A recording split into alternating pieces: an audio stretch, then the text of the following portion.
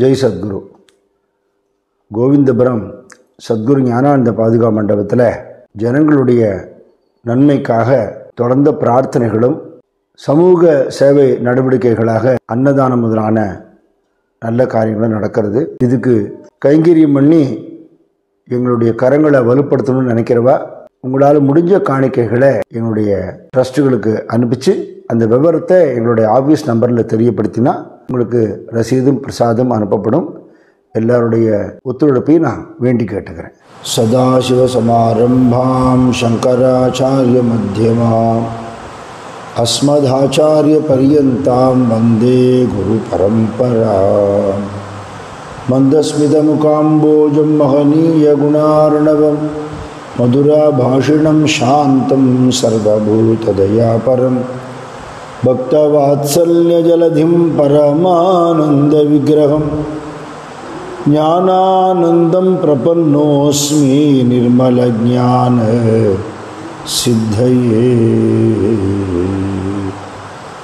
सद्गुरुनाथ महाराज की जय. आदि पराशक्ति जगन्माता की जय. भारत माता की जय.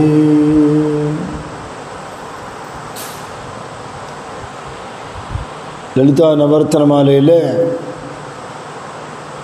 ரெண்டாவது ரத்னமாக நீலம்ங்கிறத குறிப்பிடுறார்.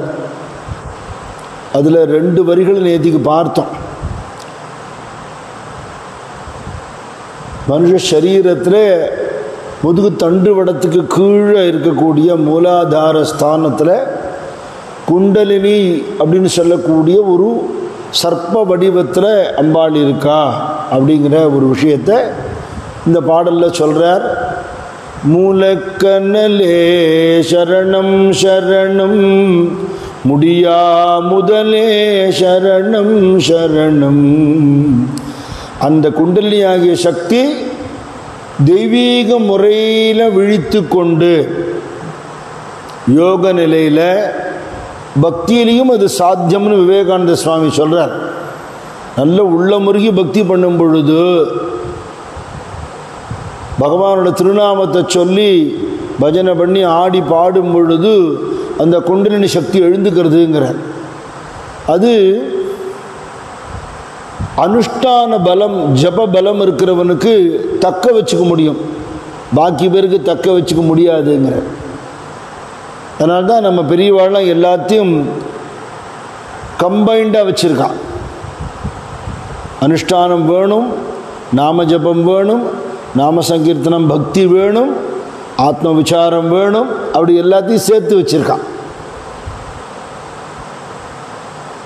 அந்த மூலக்கனலே சரணம் சரணம் முடியா முதலே சரணம் சரணம்ங்கிற வரியில் மூலாதாரத்திலேருந்து கிளம்புற அந்த சக்தி அடுத்தடுத்த ஆதாரங்களான சுவாதிஷ்டானம் மணிபூரகம் தாண்டி அநாகதம் வந்து விசுத்தி ஆக்ஞை வந்து சகசிரார்த்தவை சதாசிவத்தோடு கலக்கும் பொழுது சொல்ல முடியாத பேரானந்தம் ஏற்படக்கூடிய ஒரு நிலையில் அந்த யோகிக்கு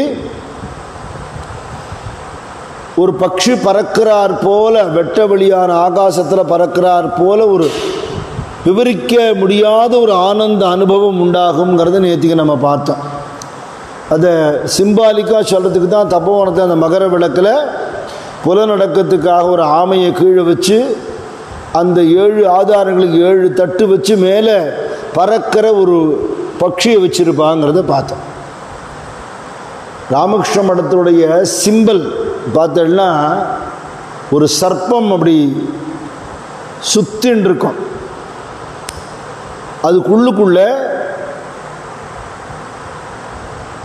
ஒரு நீர்நிலையில் ஒரு அன்னப்பறவை ஹம்ச பட்சி நீந்திட்டு போகும். அந்த பட்சிக்கு முன்னாடி அந்த நீர்நிலையில் ஒரு மலர்ந்த தாமரை இருக்கும்.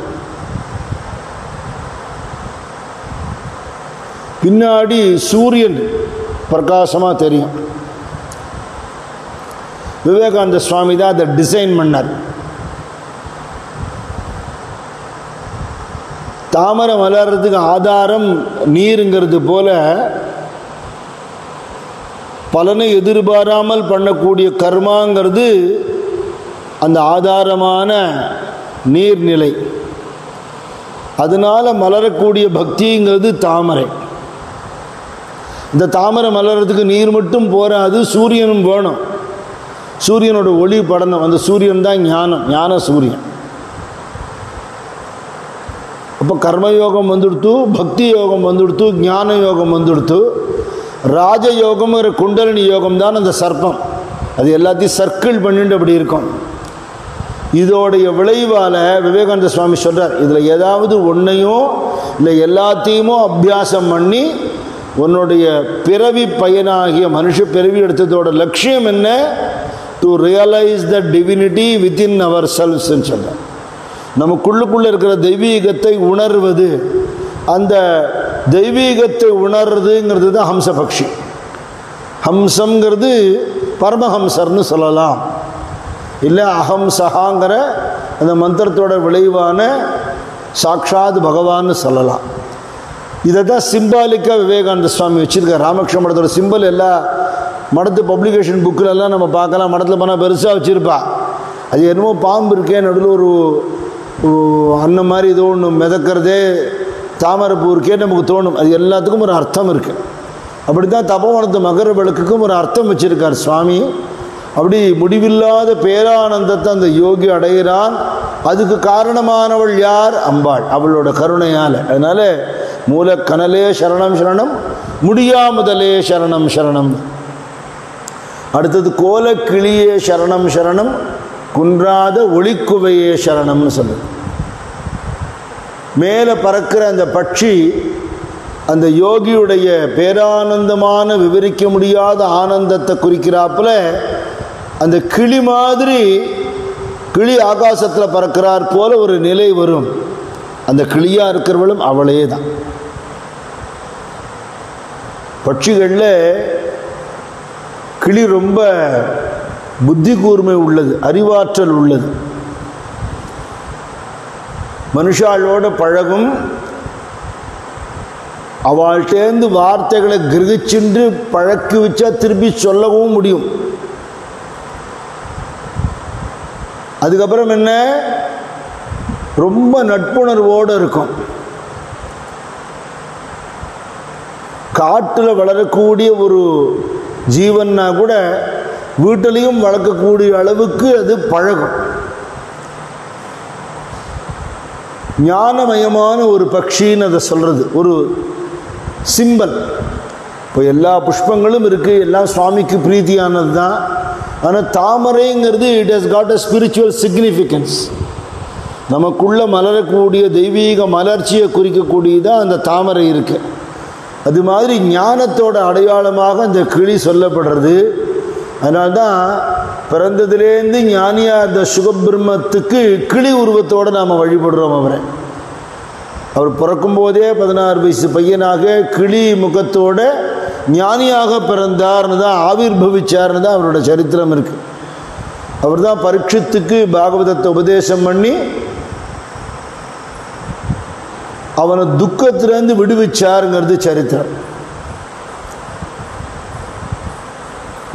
துக்கத்தை ஒருத்தன் தவிர்க்க முடியாது. வாழ்க்கையில் கோவிலுக்கு போகிறதுனாலையோ சுவாமி கும்பிட்றதுனாலையோ கஷ்டங்களை தவிர்க்க முடியும்னு நினச்சுட்டா நம்மளை ஏமாற்றிக்கிறோம். அப்படி யாருமே சொல்லலை. அந்த கஷ்டங்கள் எனக்கு இல்லைன்னு அதுலேருந்து விலகி இருக்கிற தன்மை உண்டாகுங்கிறது தான் ஞானத்துடைய பலன். சரீரத்தில் இருந்துட்டே டிட்டாச்சாக இருக்கிறது. இந்த நிலை தான் பரீட்சித்துக்கு அவர் உபதேசம் பண்ணினார். அவர் பிறவி ஞானியாகவே இருக்கிறதுனால. அதுவும் எப்படி சொல்லுவா, அப்பாவான வேதவியாசர் என்ன சொன்னாரோ அதை அப்படியே வாங்கி சொன்னார். சொன்னதை சொல்லும் கிளிப்பிள்ளை போல அப்படின்னு குருஜி உபன்யாசரை சொல்லி நான் கேட்டிருக்கேன். அந்த கிளிக்கு அந்த தன்மை உண்டு. ஒருத்தர் சொல்கிறத வாங்கிண்டு இன்னொருத்தரோட சொல்லக்கூடிய தன்மை உண்டா. அப்படி இந்த அம்பாளாகிய கிளி என்ன பண்ணுறாளாம், அவள் யார்கிட்ட போய் என்ன கேட்கணும், அவளுக்கு இன்னொருத்தர் சொல்லி கொடுத்து தான் ஏதாவது தெரியணுமான்னு. அவளே ஞானாம்பிகை இல்லையோ, அவள் நம்ம முறையிடுறோம் இல்லையா, அதெல்லாத்தையும் கேட்டுண்டு பரமேஸ்வரன்ட்ட சொல்வாளாம். நம்ம சொல்கிறதெல்லாம் வாங்கி சுவாமிகிட்ட சொல்லி சுவாமியோட அனுகிரகத்தை நமக்கு வாங்கி கொடுப்பாளாம். அப்படி கிளி வடிவமான அந்த அம்பாளை அபிராமி பட்டரும் பாடுறார். கிளியே கிளைஞர் மனத்தே கிடந்து கிளர்ந்து ஒளிரும் ஒளியே ஒளிரும் ஒளிக்கிடமே எண்ணில் ஒன்றுமில்லாது வெளியே வெளிமுதற் பூதங்களாகி விரிந்த அம்மே அழியேன் அறிவளவிற்கு அளவானது அதிசயமேங்கிறார்.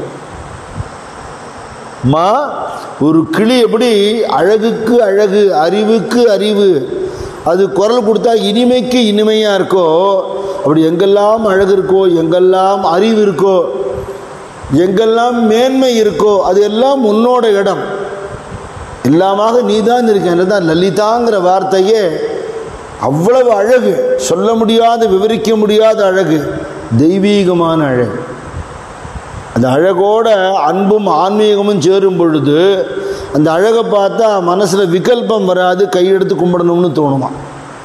அம்பாளோட அழகு அப்பேற்பட்ட அழகு. அழகுக்கு ஒருவரும் ஒவ்வாத வள்ளிங்கிற அபிராமி பட்டர். மகாலாவண்ய சேவத்தின்னு லலிதா சஹஸ்ரநாமத்தை சொல்கிறோம். எல்லாத்துக்கும் மேம்பட்ட அழகு. ஆனால் அந்த அழகை பார்த்தா கையெடுத்து கும்பிட தான் தோணும். ஏன்னா அந்த அழகில் அமைதியும் அன்பும் ஆன்மீகமும் கருணையும் கலந்து இருக்கிறதுனால வெறும் காஸ்மெட்டிக்ஸ்னால் உண்டான ஒரு அழகு இல்லையே. இப்பேற்பட்ட கிளி போன்ற அழகானவள் கிளியே கிளைஞர் மனத்தே கிடந்து கிளர்ந்து ஒளியும் ஒளியேங்கிற அபிராமி பட்டர். கிளைஞர்னா அன்பர்கள் பக்தர்கள். அவள் மனசில் அந்த கிளி இருக்கு, அவள் மனசில் இருக்கிறது, அவள் சொல்கிறத பிரார்த்தனை எல்லாம் கேட்டுக்கிறது. கேட்டுட்டு பரமேஸ்வரன்ட்ட சொல்கிறது. பகவான்டேந்து ஞான ஒளியை கொடுக்கறது. ஒளிரும் ஒளிக்கு இடமேங்கிறார். எல்லா விதமான ஒளிக்கும் மேம்பட்ட ஒளியாக அம்பாள் இருக்கா. மின் விளக்கா இருக்கட்டும், நம்ம ஏற்ற அகல் விளக்கா இருக்கட்டும், ரத்தனங்கள்லேருந்து வரக்கூடிய ஜொலிப்பு அந்த விளக்கா இருக்கட்டும், சந்திரனோட ஒளியாக இருக்கட்டும், சூரியனோட ஒளியாக இருக்கட்டும், இது எல்லாத்துக்கும் ஆதாரமான ஒளிங்கனால குன்றாத ஒளிக்குவையே சரணம்ங்கிற. தேஜோவதி அப்படின்னு ஒரு வார்த்தை இருக்கு இல்லையா லலிதா சஹஸ்ரநாமத்தில். பானுமண்டல மத்தியஸ்தான்னு ஒரு நாமம் இருக்கு. சந்திரமண்டல மத்தியஸ்தா எல்லாத்தையும் அவள் தான் இருக்கா. அவளோட கருணையால் தான் இத்தனை ஒளியும் இயங்கிறது. அதனால கிளைஞர் மனத்தை கிடந்து ஒளிரும் ஒளியே ஒளிரும் ஒளிக்கு இடமே. உங்கள்கிட்டேருந்து அத்தனையும் வருது. அந்த ஒளியை பற்றி லலிதா சஹஸ்ரநாமத்தில் ஒரு அழகான வார்த்தை இருக்குது. அம்பாள்கிட்டேருந்து வர்ற தேஜஸ்ங்கிறது விவரிக்க முடியாதது.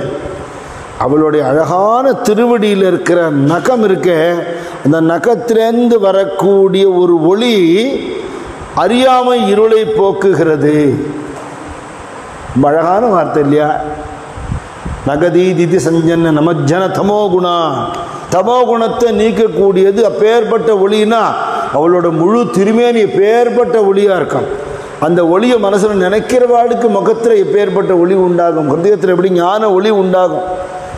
ஒளிரும் ஒளிக்கு இடமே என் எண்ணில் ஒன்றுமில்லாத வெளியே.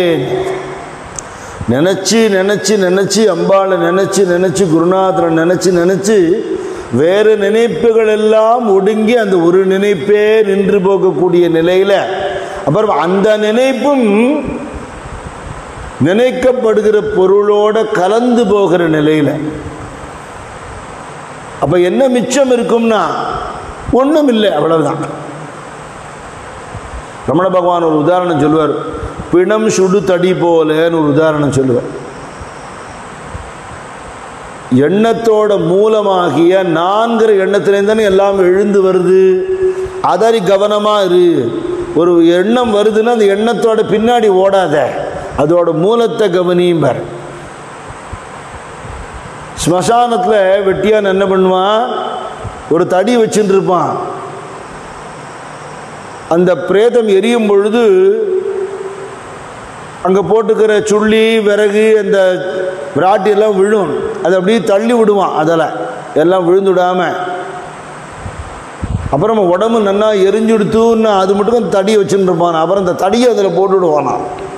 அது மாதிரி எல்லா எண்ணத்தையும் ஞான விசாரத்தினால அல்லது பக்தியினால ஒடுக்கி அப்புறம் அதுவும் அந்த பகவானோட கலந்து போகக்கூடிய நிலை. நமக்கு புரியாத ஒரு சப்ஜெக்ட் மாதிரி தெரிகிறது. ப்ராக்டிக்கலாக பார்த்தா ரமண பகவான் அடிக்கடி தூக்கத்தை தான் எக்ஸாம்பிளாக கொடுப்பார். ஏன்னா அது ஒன்று தான் நமக்கு அனுபவம். நம்ம ஞானத்தை கண்டோமா தியானத்தை கண்டோமா நமக்கு என்ன தெரியும்? நம்மளை பொறுத்தவரை அதில் வெறும் வார்த்தை தான். தூக்கம் அனுபவம். தூங்க வேண்டிய நேரத்தையும் தூங்குவோம், சமயத்தை தூங்கிண்டேவும் இருப்போம். அந்த தூக்கம் வந்துடுத்துன்னா நம்மளை ஆட்கொண்டு விடுறது, எங்கே இருக்கோம் என்ன பண்ணுறோன்னு தெரியறது இல்லை. மனசில் எண்ணமே இல்லாமல் போய்டுறது. மனசில் வரக்கூடிய எண்ணங்களை ஒழுங்குபடுத்துகிற புத்திக்கு வேலை இல்லை. புத்திக்கு மேட்டர் எடுத்து கொடுக்குற மெமரி சித்தம் வேலை செய்கிறது இல்லை. நான்கிற ஈகோ அகங்காரம் வேலை செய்கிறது இல்லை. இப்போ அந்த கரணத்தில் இருக்கிற புத்தி மனசு சித்தம் அகங்காரம் நாலும் ஒடுங்கின நிலையில், அந்த கரணம் ஒடுங்கின நிலையில் சுற்றுப்புறத்தில் நடக்கிறதும் தெரியல, தனக்குள்ள நடக்கிறதும் தெரியாத நிலையில், ஏதும் அறியாத அந்த நிலையில் அவன் என்ன அனுபவிக்கிறான்? ஆனந்தத்தை அனுபவிக்கிறான். அனுபவிக்கிறோங்கிறதும் அப்ப தெரியல.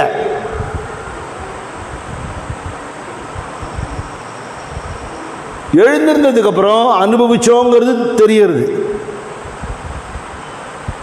அனுபவிக்கிறதுக்கு மனசோ புத்தியோ இல்லாத நிலையில கூட அந்த அனுபவம் இருக்குங்கிறத ஏதோ ஒன்று ரெஜிஸ்டர் பண்ணி சொல்றதே நமக்குங்கிறது. அந்த பிரஜை அப்படிங்கிறது தான் பிரஜானம் பிரம்மான்னு சொல்றது வாக்கியத்தை. அப்போ அவ்வளவும் காரணஸ்வரூபிணியான அம்பாள்கிட்ட ஒடுங்கி போய்டுறது. அப்போ அந்த வெட்ட வெளியாகிய ஆகாசம், ஆகாசத்தை எப்படி வர்ணிக்க முடியும்? அதோட நீளம் என்ன, அகலம் என்ன, வெயிட் என்ன, கலர் என்ன, ஏதாவது டெஃபினேஷன் கொடுக்க முடியுமோ? ஆகாசம்னு ஒன்று இருக்கான்னு கேட்டால் எல்லாம் என்ன சொல்லுவா? இருக்கு. ஏன் தெரியறது? ஆகாசம் தெரியறதேம்பா. வாஸ்தவம் என்ன? ஆகாசம்னு ஒன்று இல்லை. ஏன்?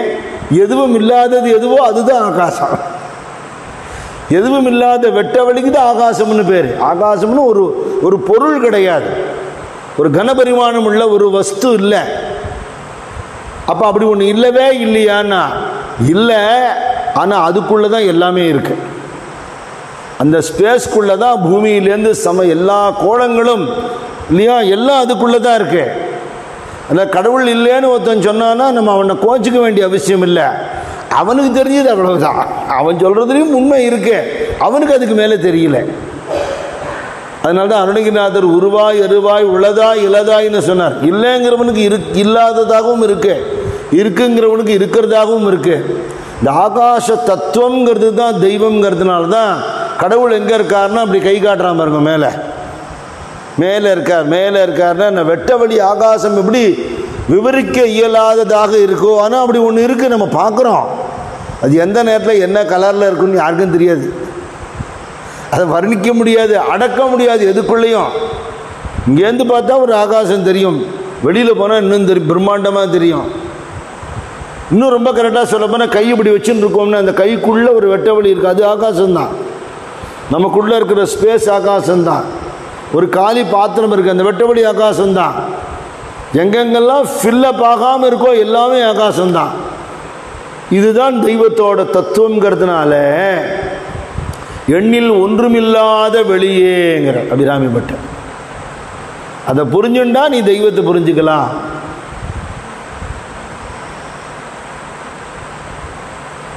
கேரளாவில் ஸ்ரீதரியம்னு ஒரு கண் ஆஸ்பத்திரி இருக்கு. அங்கே அம்பாள் பத்ரகாளி ஒரு சன்னதி இருக்கு. காத்தால ஆன உடனே டியூட்டி டாக்டர்ஸு, நர்சஸ்ஸு, பேஷண்ட்ஸு, யார் யாரெல்லாம் அங்கே வேலை செய்கிறாளோ அத்தனை பேரும் அந்த இடத்துக்கு வந்து ஒன்று அசம்பிள் ஆகிடும். அந்த அம்பாள் மேலே ஒரு மலையாள பாட்டு பாடுவாள், ரொம்ப நல்லா இருக்கும். அவ்வளவு தத்துவார்த்தமான பாட்டு. அந்த பாட்டை பாடிட்டு தான் அவள் டியூட்டிக்கு போய் வேலை செய்வாள். ஆகாசரூபிணி அகிலேஸ்வரி என்னில் ஆனந்தமாயுன்னு வாணிடேனும். ஆகாசரூபிணி அகிலேஸ்வரி என்னில் ஆனந்தமாயுன்னு வாணிடேனும். அஜ்ஞானமெல்லாம் ஒழிச்சு நித்தியமும் ஆஸ்ரித வல்சலே காத்திடனும். அஜ்ஞானமெல்லாம் ஒழிச்சு நித்தியமும் ஆஸ்ரித வல்சலே காத்திடனும். நெல்லிக்காட்டம்மே நல்லம்மே எண்டே அல்லல் ஒடுக்கணே பொன்னம்மே. எல்லாம் அறியுன்னு ஸ்ரீபத்ரே எന്റെ ആദിയും വ്യാധിയും തീർത്തിടണം. കണ്ണിലും കാഴ്ചയായി കാതിലും കേൾവിയായി കൈ കാലുകൾക്ക് കർമ്മശേഷിയായി ഉള്ളിൽ നിറയുന്നു ചൈതന്യമായി നിത്യം എന്നിൽ വിളങ്ങുനേ തമ്പൂരാട്ടി. നെല്ലിക്കാട്ടമ്മേ നല്ലമ്മേ എന്റെ അല്ലൽ ഒടുക്കണേ പൊന്നമ്മേ.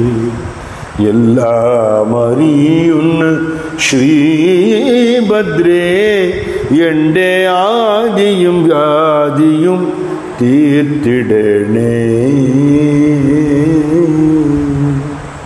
கண்ணு தெரியறது அம்மா உன் கருணையால, காது கேட்கறது உன்னோட கருணையால, கை கால்கள் அசைகிறது உள்ள இருந்து இயக்கிற சக்தி யாரு? நீதானே. நீ எந்த நிமிஷம் நகர்ந்துட்டியோ அதுக்கப்புறம் விறகுக்கு கூட பயன்படாதே இந்த உடம்பு. மரத்தை வெட்டினா விறகுக்காகும். இந்த உடம்பு எதுக்கு பிரயோஜனம்? ஆயக்கே இல்லை. பழகினவா உறவுகாரா உள்பட எடுத்தாகணும்னு சொல்லுவாளே, வச்சுக்க முடியாதே. இத்தனை படிப்பும் சொத்தும் அறிவும் அழகும் என்ன இருந்து என்ன பிரயோஜனம்? இவ்வளவும் பயன்படுவையா பண்றது நீதானே. நீ எங்கே இருக்க? நீ எங்கும் நிறைஞ்சிருக்கேங்கிற. ஆகாச ரூபிணி அகிலேஸ்வரி. அழகான பாட்டுது. ஒரு ஆஸ்பத்திரியில் இப்படி ஒரு தத்தார்த்தமான தெய்வீகமான பாட்டு. அது அங்கே இருக்கிற சந்தர்ப்பத்தில் தெரிஞ்சுக்கிற ஒரு வாய்ப்பு கிடைச்சது.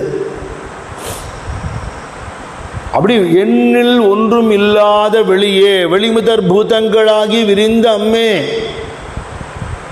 ஆகாசத்துலேருந்து ஆகாஷாத் வாயு, வாயோர் அக்னிர், அக்னேர் ஆபகா, ஆப பிருத்திவின்னு ஒன்றுலேருந்து ஒன்று வந்ததுன்னு சொல்கிறது. ஆகாசத்துலேருந்து வாயு வந்தது, வாயுலேருந்து அக்னி வந்தது, அக்னியிலேருந்து தீர்த்தம் வந்தது, அதுலேருந்து பூமி வந்தது, திருப்பி அதே ரீதியில் தான் ஒடுங்கும்னு சொல்கிறது. பாகவதமும் அதை சொல்கிறது. அந்த ஆகாசத்தை படைத்தவள்னு ஒரு நாம அம்பாளுக்கு இருக்கு. வியதாதி ஜெகத் பிரசூன்னு ஒரு நாமா இருக்கு, லலிதா சஹஸ்ரநாமம். ஆகாசம் முதலானவையும் படைத்தவள் அவள், அதுக்கும் அப்பாறுபட்டவள். எண்ணில் ஒன்றுமில்லாத வெளியே வெளிமுதற் பூதங்களாகி விரிந்த அம்மே. இவ்வளவும் உன்னுடைய சிருஷ்டி, உன்னுடைய விவரணை. நீதான் இவ்வளவா இருக்க. இன்னொரு பாட்டில் அபிராமி பட்டர் சொல்றார், சமஸ்த லோகங்களையும் அம்பாள் உண்டாக்கினா எப்படின்னா கஷ்டப்பட்டு வித் எஃபர்ட் எதுவும் பண்ணலை, ஜஸ்ட் லைக் தட். பூத்தவளே புவனம் 14 பூத்த வண்ணம் காத்தவளே பின் கறந்தவளே கரை கண்டருக்கும் மூத்தவளே என்று மூவா முகுந்தற்கு இளையவளே மாத்தவளே உன்னையல்லால் மற்றோதையும் வந்திப்பதேகிற ஒரு செடி அப்படியே புஷ்பிக்கிறாப்புல அகிலாண்ட கோட்டி பிரம்மாண்டங்களை அப்படி ஈன்றவள் தாய்மானவர் சொல்ற, அகிலாண்ட கோட்டி ஈன்ற அன்னையே பின்னையும் கன்னி என மறை பேசும் ஆனந்த ரூபமயிலேங்கிறார்.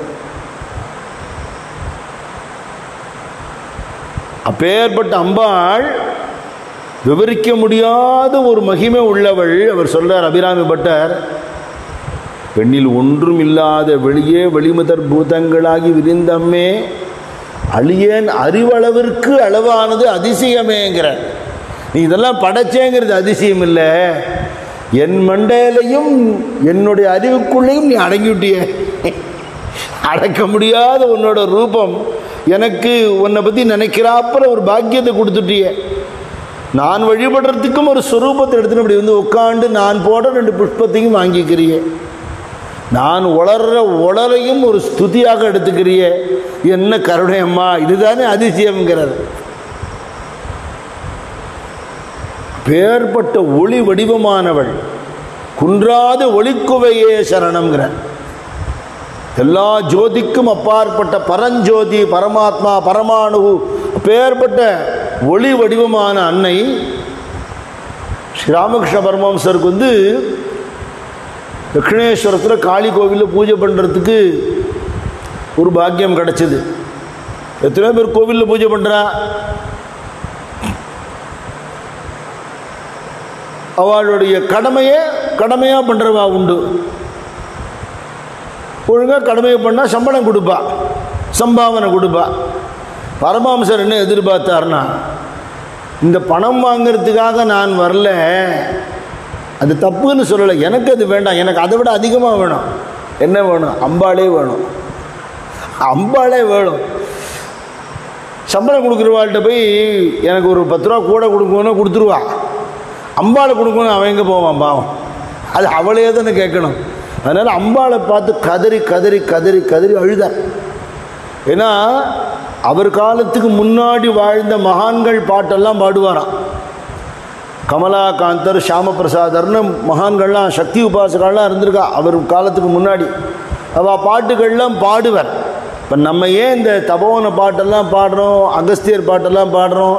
இந்த பாட்டை பாடிட்டே இருக்கிறதா என்னைக்காவது ஒரு நாள் இது ட்ரிகர் ஆகிடும். என்னைக்காவது ஒரு நாள் உள்ளுக்குள்ள பக்தி வந்துடும். என்னைக்காவது ஒரு நாள் உருக்கம் ஏற்பட்டு பொட்டு கண்ணீர் வந்துடும். அது என்னைக்கு வரும்னு தெரியாது. ஆனால் தினம் நம்ம செய்ய வேண்டியது செஞ்சுட்டே இருக்கணும், கடமையை பண்ணிட்டு இருக்கணும்.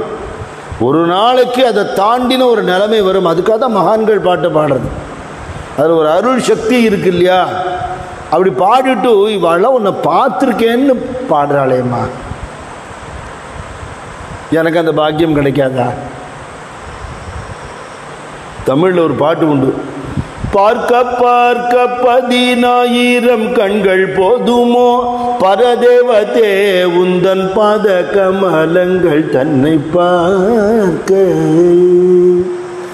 ஆருக்கும் அற்புதமான அருணாச்சலத்தில் வாழும் ஆதிசக்தியே மாயே உண்ணாமுலைத்தாயே, பாருக்குள் உன்னை போல் தெய்வம் யாவர்க்கும் கிடைத்திடுமோ, பார்த்த சாரதி சோதரி பார்வதி சங்கரி உன்னை பார்க்க பார்க்க 10,000 கண்கள் போதுமோ. பார்த்து தானே எழுத முடியும்னா, உன்னை நம்பியும் எனக்கு தீவினை விடாமல் போனால் உன்னை விட்டு எங்கே போய் நான் முறையிடுவேனோ. என் அன்னையே பாராமுகமாயிருந்தால் மற்றவர் வந்து ஆதரித்திடுவார் என்று யாரை வேண்டேனோ. அண்ட முழுவதிலும் உன்னையே துதி செய்கிறார் அகண்ட பூரணி ஆதரித்தீத அன்னையே. ஆனந்த நடனம் செய்யும் அம்பலவாணன் தேவியே, ஆதிபரஞ்சோதியே அநாதியே பவானி உன்னை பார்க்க பார்க்க 10,000 கண்கள் போதுமோ. அவர் பெங்காலியில் பாட்டெல்லாம் பாடி அழுவார், கதறுவார், எனக்கு தரிசனம் கொடு தரிசனம் கொடு தரிசனம் கொடுன்னு. உடனே அழுத உடனே பக்தாவன் பக்திக்கு மெச்சினேன்னு டிங்குன்னு சாமி வந்து நின்றுடுமான்னு, அதுன்னு அவ்வளோ சாதாரண விஷயமா? எத்தனை நாள் அதுக்கு உருகணும், எத்தனை நாள் அழணும், எவ்வளவு கதறணும். காதலாகி கசிந்து கண்ணீர் மல்கிங்கிறார் ஞான சம்பந்தர். நான் அடிக்கடி இந்த உதாரணம்லாம் கொடுப்பேன். ஒருத்தனுக்கு பிடிச்ச ஒரு பிரபலமான ஒரு சினிமா நடிகனையோ கிரிக்கெட் ஸ்டாரையோ ஒரு அரசியல்வாதியோ பார்க்கறதுக்கு என்ன பாடுபடுறான். கூட்டத்தில் மெதிப்பட்டு உதப்பட்டு நாள் கணக்காக சோறு தண்ணி இல்லாமல் போய் வீட்டு வாசலில் நின்று ஒரு தூரம் பார்த்து செல்ஃபி எடுத்துக்கிறதுக்குன்னா தெய்வத்தை நீ அவ்வளோ சாதாரணமாக பார்த்துட முடியுமா? இருந்தால் நேராக வர சொல்லுன்னு சொடக்கு போட்டாலாம் சாமி வந்து நிற்குமா? பக்தாளுக்கு உருகினால் தரிசனம் கிடைக்கும். அப்படி அழுது கதறி கதறி கதறி, இன்னைக்கு ஒரு நாள் போயிடுத்தே, உன் தரிசனம் கிடைக்கலையா, இன்னைக்கு ஒரு நாள் போயிடுத்தே, அச்சுச்சோ சூரியன் அஸ்தமனம் ஆயிடுத்தே, என் வாழ்நாளில் ஒரு நாள் போயிடுத்தே, நான் உன்னை பார்க்காமே போயிடுவேணும், அப்படியெல்லாம் அழுதுருக்கார். சின்ன பையன் கோவிலுக்கு தரிசனத்துக்கு வருவாள்லாம் பார்த்துட்டு, இந்த பிள்ளை இப்படி அம்மா அம்மான்னு அழறதே, பாவம் பெத்த தாயார் செத்து போட்டா போல் இருக்கு, அனாத குழந்தை போல் இருக்குன்னு நினச்சிப்பா. அவர் அந்த அம்மாவை நினச்சி அழறாருன்னு இவாளுக்கு தெரியாது. அவ்வளவு கதறி இருக்கார். ஒரு நாள் ரொம்ப எல்லை இல்லாமல் துக்கம் வந்துடுத்து, இனிமேல் இந்த உடம்பை வச்சுன்னு பிரயோஜனம் இல்லை, தெய்வத்தை பார்க்கறதுக்கு துப்பு இல்லாத அந்த உடம்பு இருப்பானே, வேண்டாம் அப்படின்னு நினச்சிண்டு கோவிலில் பலி கொடுக்கறதுக்காக ஒரு பெரிய அருவாள் இருக்கும், அதை எடுத்தார். என்ன நான் பலி கொடுத்துக்கிறேன் அப்படி ஓங்கிவிட்டார். அவர் கையை யாரோ தடுக்கிறாப்புல இருக்கு. அங்கே பார்த்தா குன்றாத ஒளி குவையே சரணம் தேஜோமயமா அம்பாள். அவர் சொல்ற அந்த அனுபவத்தை, ஒளி வடிவமான அலைகள்லாம் வந்து என் மேல மோதித்துங்கிற, என்னால் தாங்க முடியல, திக்கு முக்காடி தணிறி போயிட்டு. ஆனால் பரமானந்தமாக இருந்தது, விவரிக்க முடியாது. அந்த ஒளி ஜோதியான அந்த ஜோதி பிழம்பு ஒளி குவைக்கு நடுவில் அம்பாள் தரிசனம் கொடுக்கிறார். அவரோட பிரதம தரிசனத்தை பற்றி அவர் சொல்ல, அப்புறம் நிறைய தரிசனம் பார்த்துருக்கார் அவர். இப்போ ஜோதி வடிவமாக ஒளி வடிவமாகத்தான் அவருடைய தரிசனம் கிடைச்சது.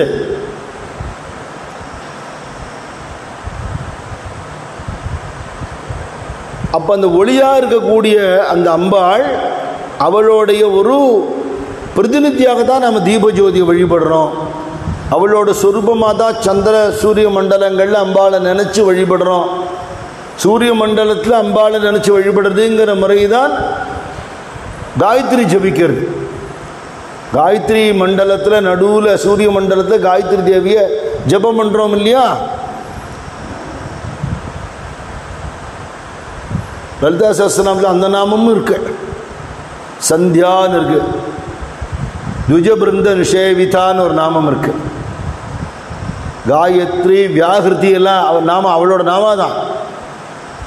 அப்படி 5 பாகமாக பிரித்து அந்த மந்திரம் சொல்கிறாப்புல 5 முகத்தோடு அம்பாள், அபயவரத ஹஸ்தத்தோட, பாச அங்குஷத்தோட, சங்கு சக்கரத்தோட, கதையோட, அமிர்த ஹஸ்தத்தோட தரிசனம் கொடுக்குறாப்புல நினச்சிட்டு தான் காயத்ரி ஜபிக்க ஆரம்பிக்கணும்.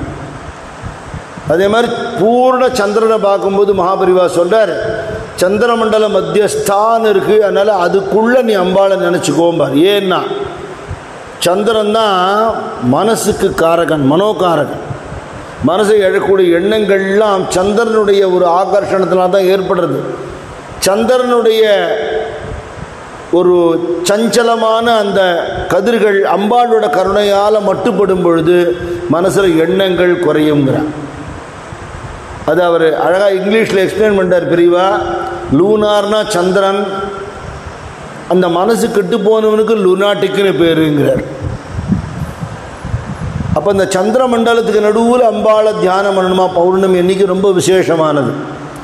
சூரிய மண்டலத்தை பற்றி தினமும் காயத்ரியாக உபாசனை பண்ணணும்.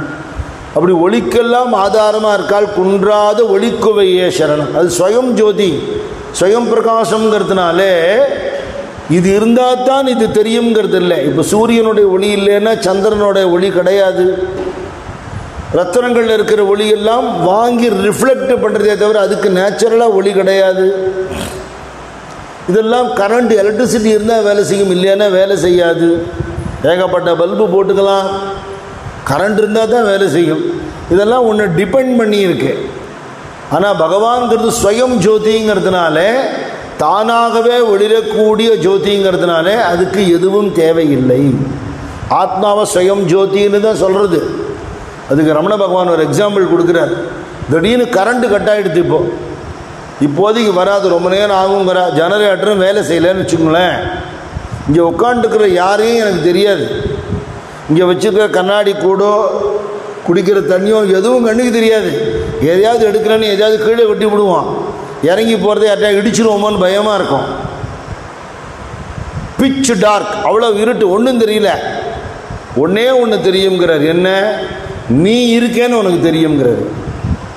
அதுக்கு டார்ச் வேண்டாம், அதுக்கு லைட்டு வேண்டாம். எல்லாத்தையும் தேடுறவன் எங்கே இருக்கான்னு தேடுறவனுக்கு தெரியும். அது மாதிரி உனக்குள்ள இருக்கிற ஆத்ம ஜோதியாகிய ஸ்வயம் ஜோதியால் தான் ஒன்றை நீ அடையாளம் தெரிஞ்சுக்கிற. அதுதான் பகவான். குன்றாத ஒளிக்குவைன்னு சொல்லும்போது அது ஸ்வயம் ஜோதியான ஆத்ம ஜோதியான பரஞ்சோதியை சொல்றது. அப்புறம் என்ன சொல்றார், இந்த யோக நிலையிலேயே ஒரு சில கட்டங்களுக்கு வரும் பொழுது நீல நிறத்தில் ஜோதி அவளுக்கு தரிசனமாகுமா. பொதுவாக நீல நிறம்னு சொல்லும்போதே நமக்கு யார் ஞாபகம் வரும்னா கிருஷ்ணன் தான் ஞாபகம் வரும் இல்லையா? மகாவிஷ்ணு நீலமேக சியாமளன் பீதாம்பரதாரி அப்படி தானே சொல்கிறோம் நம்ம அவரை.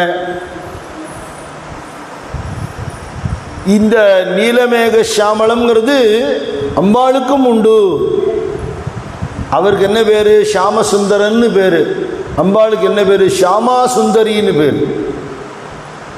ஷியாமளா அப்படின்னு சொல்கிறோமோ இல்லையா? ராமர் இப்படி மரகத பச்சையாக இருக்காளோ, அம்பாள் மரகத பச்சையாக மீனாட்சியாக இருக்காளோ இல்லையா? இந்த கருமை நிறம் கருநீல நிறம் அவளுக்கும் உண்டு. லலிதா சஹஸ்ரநாமத்துக்கு ராமகிருஷ்ண மடத்தில் இருந்த பெரிய அம்பாள் உபாசகர் அண்ணா சுப்பிரமணியருங்கிறவர் ஒரு வியாக்கியானம் எழுதியிருக்கார். நிறைய ஸ்தோத்திர புஸ்தகங்கள்லாம் அவர் தான் விளக்க ஒரு எழுதியிருக்கார். அதில் லலிதா சஹஸ்ரநாம புஸ்தகம் ரொம்ப பிரசித்தமானது. அதில் அர்த்தம் எல்லாம் போட்டு அது கீழே சில ரெஃபரன்சஸ் ஃபுட் நோட்டெல்லாம் கொடுத்துருப்பார். அதில் ஒரு 838வது நாமம் முகுந்தாயை நமஹா. முகுந்தா முக்தி நிலையான்னு நம்ம சொல்கிறோம் மொழி ஸ்தோத்திரத்தில். அந்த முகுந்தன்கிறது எல்லாருக்கும் தெரியும். முகுந்தன்னா யாரு? மகாவிஷ்ணு, கிருஷ்ணன் அப்படின்னு சொல்லிடுவா இல்லையா? அப்படி இருக்கிறவளே அப்படின்னு இந்த நாமா வருது அப்படின்னு சொல்லிட்டு அதுக்கு ரெஃபரன்ஸு தந்திர ராஜம்ங்கிற புக்கிலேருந்து கொடுக்குறார். கதாச்சித் ஆத்யா லலிதா பும் ரூபா கிருஷ்ண விக்கிரகா. ஆதிசக்தியான லலிதா பெண் வடிவத்தில் இருக்கா. அவள் ஆண் வடிவம் எடுத்துக்கொள்ளும் போது அவளுக்கு கிருஷ்ணன்னு பேருங்க. கதாச்சித் ஆத்யா லலிதா பும் ரூபா கிருஷ்ண விக்கிரகா. அவள் என்ன பண்ணினா ஸ்வவம்சவாதனாரம்பாது அகரோது விவசம் ஜெகத். அவள் கோகுலத்தில் பிருந்தாவனத்தில் புல்லாங்குழல் எடுத்து வாசிச்சாள்ங்கிறது. எல்லாரையும் மயக்கெடுத்து வந்த வேணுகானம்ங்கிறது. அப்போ அவளுடைய சக்தி வடிவமே ஆன கோபிகைகளாக வந்து ஆடினாங்க. ராமகிருஷ்ண சார் பெங்காலி சாங்கெல்லாம் நிறைய பாடுவார். அதெல்லாம் தமிழில் டிரான்ஸ்லேட் பண்ணி ராமகிருஷ்ண அமுத மொழிகளில் போட்டிருக்கா. அதில் ஒரு பாட்டில் வருது, அம்மா பயங்கரமான ஒரு தோற்றத்தை காட்டிண்டு கழுத்தில் எலும்பு கூடு மாலையை போட்டுட்டு கையில் வாழ் வச்சுட்டு இருந்தியே, நீ எப்படி சிரிச்சின்னு குழந்தையா யசோதையோடைய இடுப்பில் உட்காந்துருக்க, எப்படி டக்குன்னு இப்படி மாறி வந்த அப்படின்னு பாடுற ஒரு பாட்டு. கிருஷ்ணனும் காளியும் ஒன்றுங்கிறது வங்காளத்தில் ஒரு சம்பிரதாயம் உண்டு. நமக்கு டோட்டலாக டிஃப்ரெண்ட்டாக தெரியறது இல்லையா? பத்மநாப சகோதரிங்கிற நாமமும் இருக்குது. செங்கண்மால் திரு தங்கச்சியேன்னு அபிராமி பட்டர் சொல்கிறார். அவள் வேற இல்லை, கிருஷ்ணன் வேற இல்லை, எல்லாமாக இருக்கிறவள்ங்கிறதான் அதிபராசக்தியோடைய சுரூபம். கிருஷ்ணனுக்கு மோகினி அலங்காரம் பண்ணுவா. குருவாயூரில் உடுப்பியில் எல்லாம் பார்த்தேன்னா இந்த சின்னஞ்சிறு பெண் போலே சிற்றாடை இடை உடுத்திங்கிறது அந்த அம்பாள் அப்படியே பார்க்கலாம். குட்டி பாலா திரிபுர சுந்தரியாக காட்சி கொடுப்பாள், பாலையாக காட்சி கொடுப்பாள். மோகினி அவதாரம் எடுத்துட்டு தேவர்களுக்கு அமிர்தம் கொடுத்து அசுராளுக்கு தோல்வியை கொடுத்துட்டு இந்த மோகினி அவதாரமாக இருக்கிற பகவான் இறங்கின இடம்னு சொல்கிறது தான் கேரளாவில் இருக்கிற சோட்டானிக்கிற பகவதி. அதனால தான் அவளை அம்மே நாராயணா, தேவி நாராயணா, பத்ரே நாராயணான்னு தான் கும்பிடுவாங்க. அப்படி சோட்டானிக்கிற பகவதி பார்த்தா புருஷ ரூபத்தில் இருக்கிறவர் ஸ்திரீயாக மாறினதுங்கிறது தெரியும். பார்த்தாலே இந்த ரூபமே அப்படி தான் தெரியும். வேறு ஒரு ரெஃபரன்ஸும் அவர் அண்ணா சுப்பிரமணியர் கொடுக்குறார். இது லலித உபாக்கியானம்னு சொல்லக்கூடிய பிரம்மாண்ட புராணத்தில் மகாவிஷ்ணுவே சொல்லக்கூடியதாக ஒரு வார்த்தை வருது. என்ன அப்படின்னா, பரமேஸ்வரனுடைய சக்தி 4 வடிவத்தில் இருக்கு. போகே பவானி ரூபா சா துர்கா ரூபா ச சங்கரே கோபே ச காளிகா ரூபா பும் ரூபா ச மதாத்மிகா. 4 வடிவமாக சிவபெருமானோட சக்தி இருக்கா. சகல விதமான போகங்கள் ஐஸ்வர்யங்களை கொடுக்கக்கூடிய ரூபமாக பவானின்னு இருக்கா. அவளே சம்ஹாரம் பண்ணும்போது துர்கைங்கிற வடிவத்தை எடுத்துக்கிறான். மகா கோபத்தோட அக்கிரமம் பண்ணுறவாளை பயமூர்த்தத்தை காளிகா ரூபமாக வரா. புருஷ ரூபமாக வரும்போது என் வடிவம் அவளுக்குன்னு மகாவிஷ்ணு சொல்கிறதாகவே லலித உபாக்கியானத்தில் வருது அப்படின்னு சொல்லப்படுது. அப்போது எது கிருஷ்ணனாக இருக்கோ அதுவே காளியாக இருக்குது அப்படிங்கிற தத்துவத்தில் நீல திருமேனியிலே நினைவாய் நினைவற்றணியே நின்றே நருள்வாய் வாலை குமரி வருவாய் வருவாய் மாதா ஜெய ஓம் லலிதாம்பிகையே.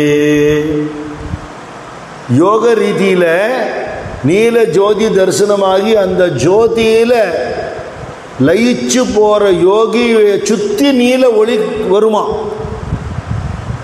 அது மாதிரி வந்த யோகிகளை பற்றின விஷயங்கள்லாம் நான் படிச்சிருக்கேன். ஒரு யோகியை தரிசனம் பண்ண போன போது அவர் உடம்புலேருந்து நீல ஒளி வந்தது அப்படின்னு ஒருத்தர் எழுதியிருக்கார். நமக்கெல்லாம் தெரிஞ்ச பிரசித்தமான ஒரு மகானே பிருந்தாவனம் போகும் பொழுது பிருந்தாவனத்தில் மீரா தங்கின இடத்துல அவர் தியானம் பண்ணிட்டு இருக்கார். தியானம் பண்ணும்போது அவர் உடம்பை சுற்றி அந்த நீல ஒளி ஜோதி வந்ததை அங்கே பூஜை பண்ணவர் பார்த்துட்டு என்கிட்ட சொன்னார். யோகத்தில் அப்படி ஒரு நிலை உண்டுங்கிறதுனால கிருஷ்ணன் யோகேஸ்வரன் தானே. எத்திர யோகேஸ்வர கிருஷ்ணோ எத்திர பார்த்தோ தனுர்தரகான் தானே வருது.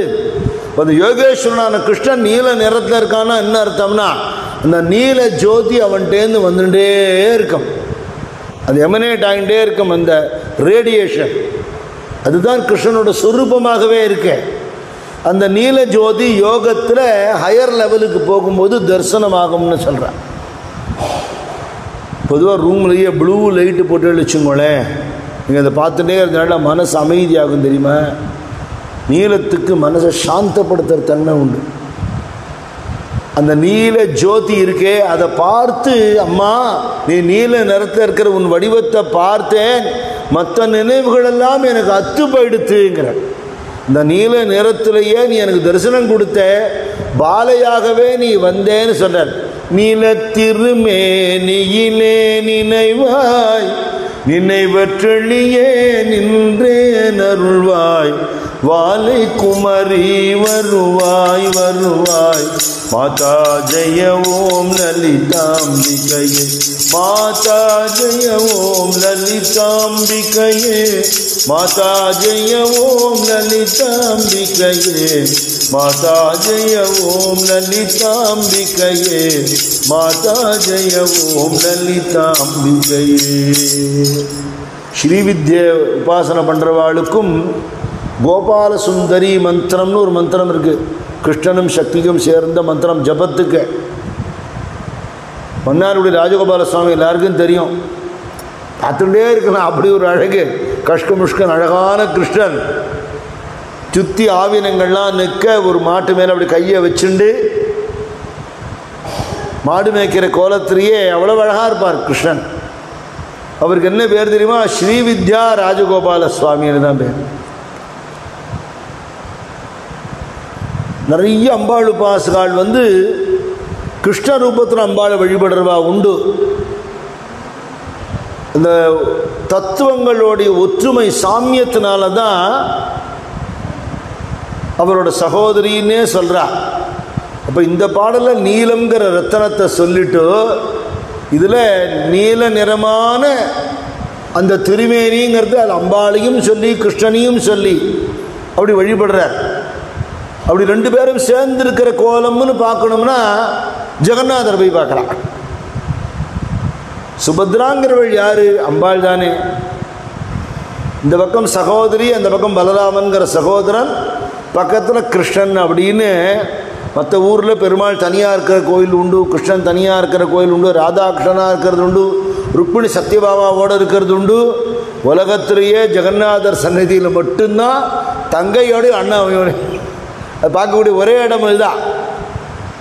அந்த ஊரில் உள்ள ஸ்தல விசேஷத்தில் அது பூ வைகுண்டமாகவே சொல்லப்படுறது. ருக்வேதத்திலேயே ஜெகநாதபுரியை பற்றின ரெஃபரன்ஸ் இருக்குன்னு எழுதியிருக்கான். அப்படி இந்த பாடலில் அம்பாள் குண்டலினியாக இருந்து சதாசிவத்தோட ஒன்றக்கூடிய நிலையில் அதை அனுபவிக்கிற யோகிக்கு ஏற்படுற ஆனந்தத்தையும், அவருக்கு கிடைக்கிற ஜோதி தரிசனத்தையும், அவருக்கு கிடைக்கிற நீல ஒளியுடைய தரிசனத்தையும், அந்த நீல திருமேனிங்கிறது கிருஷ்ணனுடைய சுரூபமும் அம்பாள் சுரூபமுங்கிறத சொல்லி அவளே பாலா திரிபுர சுந்தரியாக குழந்தையாக இருக்கா அப்படின்னு சொல்லி பிரார்த்தனை பண்ணார். அடுத்த ரத்தனங்கிறது முத்து.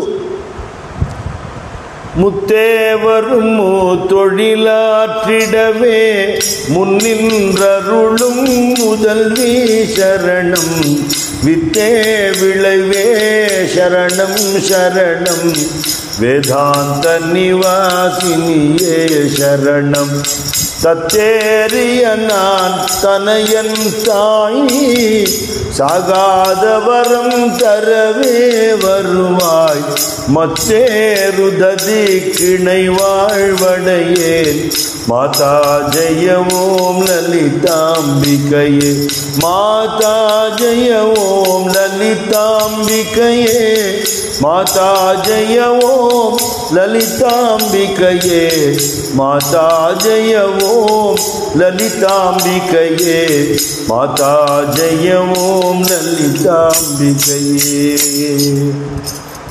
இது ரெண்டு விதமா பிரிப்பா. முத்தே வரும் முத்தொழிலாற்றிடவே. முத்து குளிக்கிறது நம்ம பார்த்துருப்போம், இல்லை கேள்வியாவது விட்டுருப்போம். ஆழ்கடல்ல மூச்சடக்கி மூழ்கி முத்தெடுக்கிறதுன்னு சொல்லுவாள். சசி மகாராஜன் ராமகிருஷ்ணானந்த சுவாமி சொல்லுவார், சமுத்திரத்தில் முத்து இருக்கிறது நிஜம்தான்ப்பா, அதுக்காக பீச்சுக்கு போய் கடல் அலையில் கால் நினைக்கிறவனுக்கெல்லாம் முத்து கிடைக்காது. சுண்டல் வேணா வாங்கிட்டு வரலாம், நீ காலை நினச்ச சந்தோஷம் கிடைக்கலாம், காற்று கிடைக்கும். முத்து கிடைக்கணும்னா என்ன பண்ணணும்?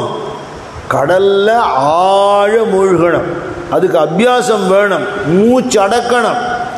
மூச்சு அடக்கிறதுங்கிறது வெறும் பிராணாயாமம் மட்டும் இல்லை. நம்ம சுவாமி சொல்கிறார், மூச்சு அடக்கினா மனசு அடங்கும், மனசு அடங்கும் போது பிரயத்தனம் இல்லாமல் மூச்சு அடங்குங்க. அதுக்கு ஒரு உதாரணம் கொடுக்குறார்.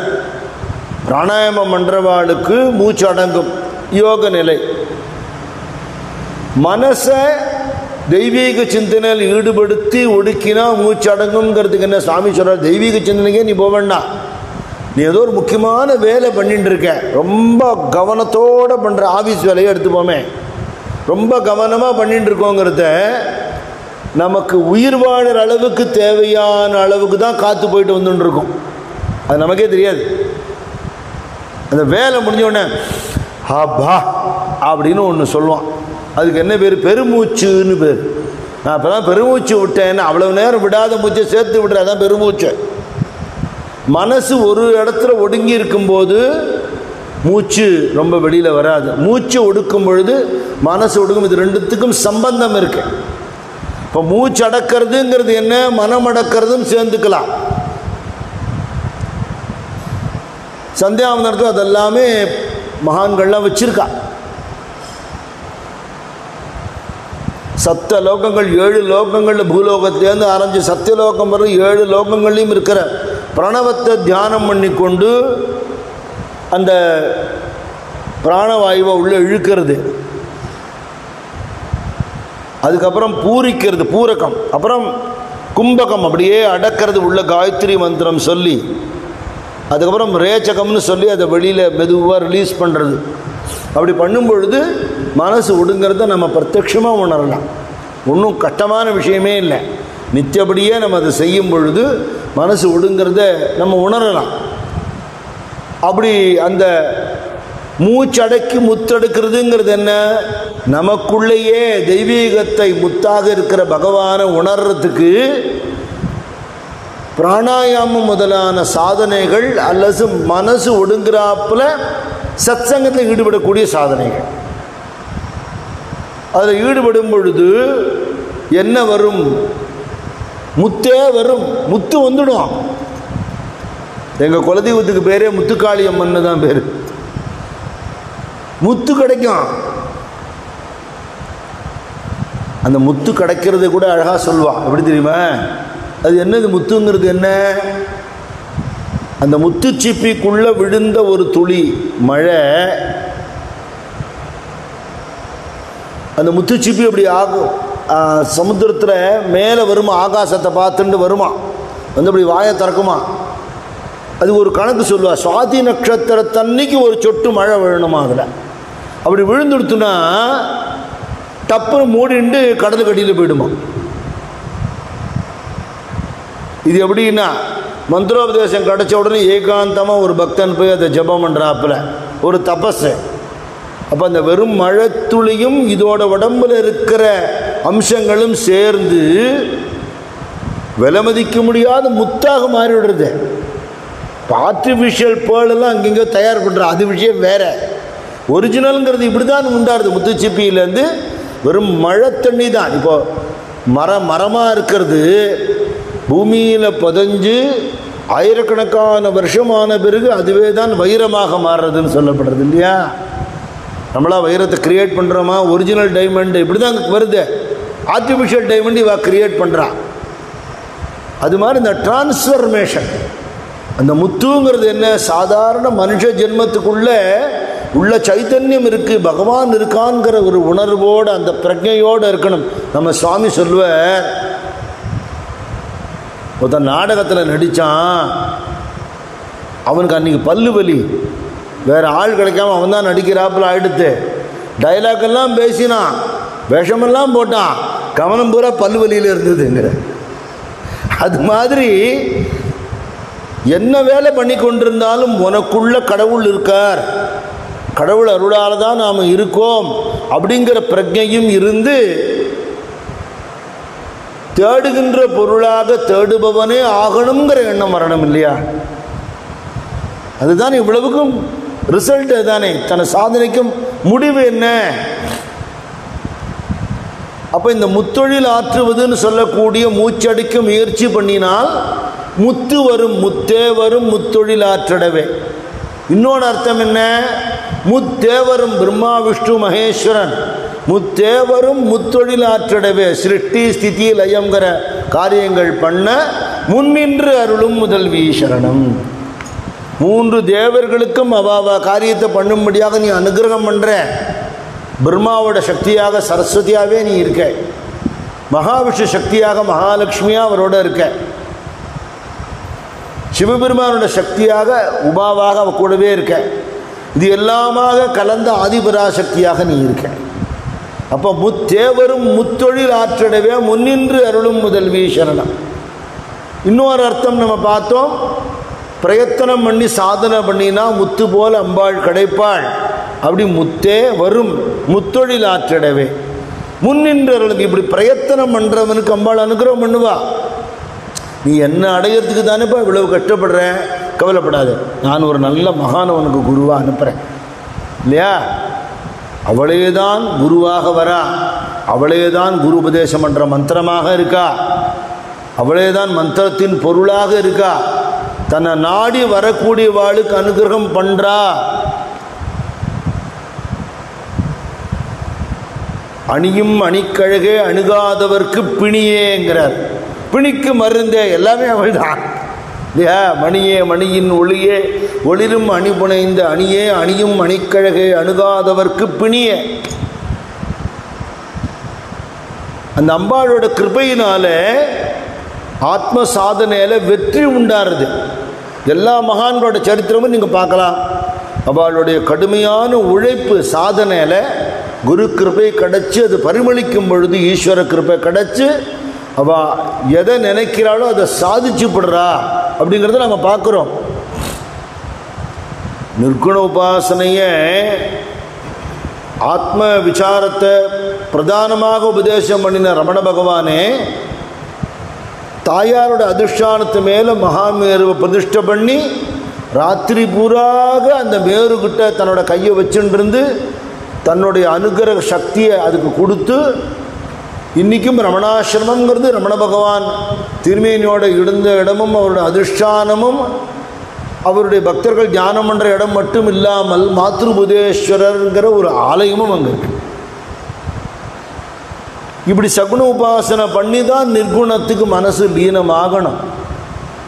எடுத்தெடுப்பில் மனசால் அதை பற்ற முடியாதுங்கிறதுனால அங்கே யோகாம்பாளாக அம்பாள் இருக்காங்க.